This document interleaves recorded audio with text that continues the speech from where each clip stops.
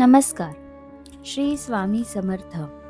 स्वामी समर्थ आणि घरातील वास्तुदोष हा विषय अनेक भक्तांच्या जीवनाशी जोडलेला आहे. अनेक वेळा घरात सतत भांडणं, आर्थिक अडचणी, आजारपण, मनशांतीचा अभाव किंवा कामात अडथळे जाणवतात.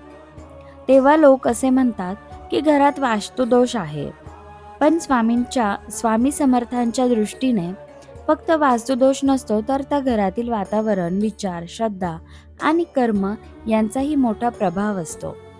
स्वामी सांगतात की केवळ भिंती, दिशा किंवा रचना बदलून सगळं ठीक होत नाही, तर घरात सकारात्मक ऊर्जा निर्माण करणं अधिक महत्त्वाचं आहे.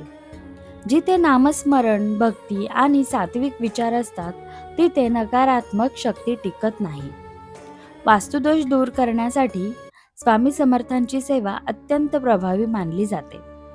सर्वात सोपी आणि प्रभावी सेवा म्हणजे नियमित स्वामी नामस्मरण. श्री स्वामी समर्थ हा नामजप रोज घरात उच्चारला गेला तर घराचं वातावरण हळूहळू बदलू लागतं.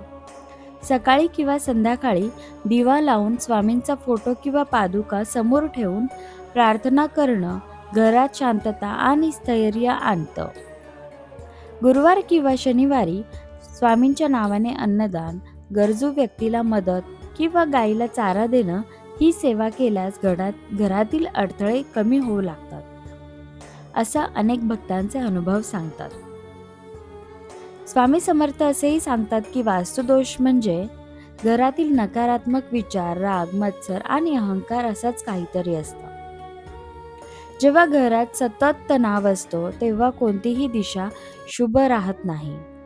म्हणूनच स्वामींची सेवा करताना नेहमी संयम, क्षमा आणि एकमेकांबद्दल आदर ठेवणं फार आवश्यक आहे. काही भक्त स्वामींचा जप, गुरुवार व्रत किंवा स्वामी चरित्राचं वाचन करतात. या साध्या पण श्रद्धेने केलेल्या सेवेमुळे घरातील ऊर्जा शुद्ध होते. त्यामुळे प्रश्न असा नाही की वास्तुदोष आहे की नाही, तर प्रश्न असा आहे की आपण स्वामींच्या चरणी किती श्रद्धेने राहतो. जिथे स्वामी समर्थांचा वास असतो, तिथे वास्तुदोष आपोआप दूर होतो आणि घरात सुख, शांती आणि समाधान नांदू लागते. श्री स्वामी समर्थ. जय जय स्वामी समर्थ.